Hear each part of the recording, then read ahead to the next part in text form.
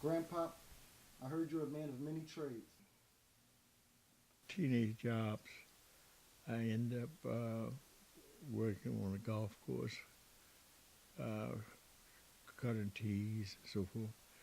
I tee with greens around the tees and so forth. But later on in the year, I end up also becoming a barber.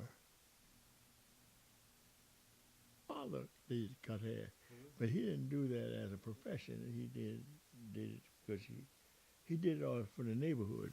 But he was a barber, and I think that's where I caught on to be a barber too. I watched him a lot of time cutting, and Well, I might pick yeah. up that trade like you, Grandpa, because these Yeah. barbers is messing my hairline up. What band did you play in? Playing for a little band over at Virginia Union University, which I played guitar. I was a guitar player.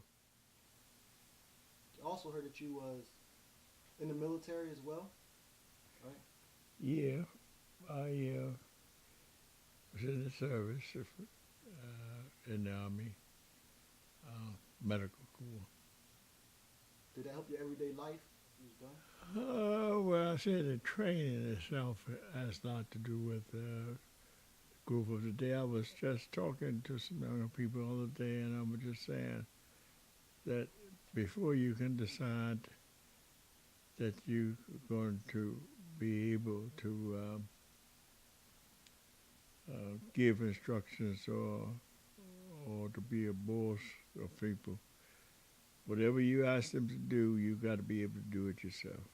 That's one thing I learned by being in the army. That if you're going to require somebody to do something, or ask them to do something, or require that they do something, you must be able to do it yourself and do it with them if it's necessary.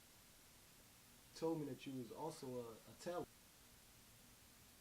In New York, and I wanted to go to so that I could become a fashion designer. And what the school offered was a scholarship to Paris, Paris, France.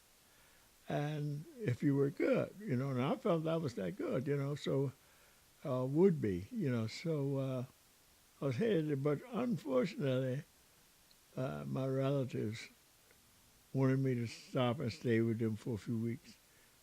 And here I am still in Philadelphia, Pennsylvania. I never got to New York until later. I never got to Paris, so I didn't pursue that. Because now you are a man that some may say became an undertaker, or as I just talked to you earlier, a funeral director. It was at this barber shop where an older person there was working for a funeral director. He asked me, why shouldn't I go into funeral directors when I go to college? And I said, I'm not interested in that.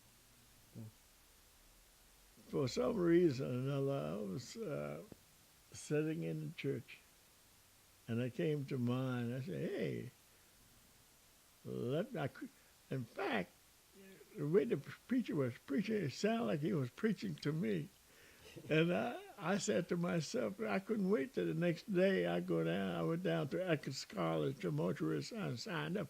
And Eckers was known as the best college in the city. In fact, almost in the country at that time. And so I went down and signed up. And from that day on, here I am, a film director.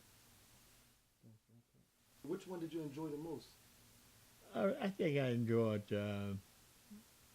tailoring probably the most. Yeah, I think because it was a hobby from the start with, then it grew into becoming a profession. But I think that probably would have been something I enjoyed doing. Just because, see, I was creative and I like to do creative things. You know what I'm saying? Yeah.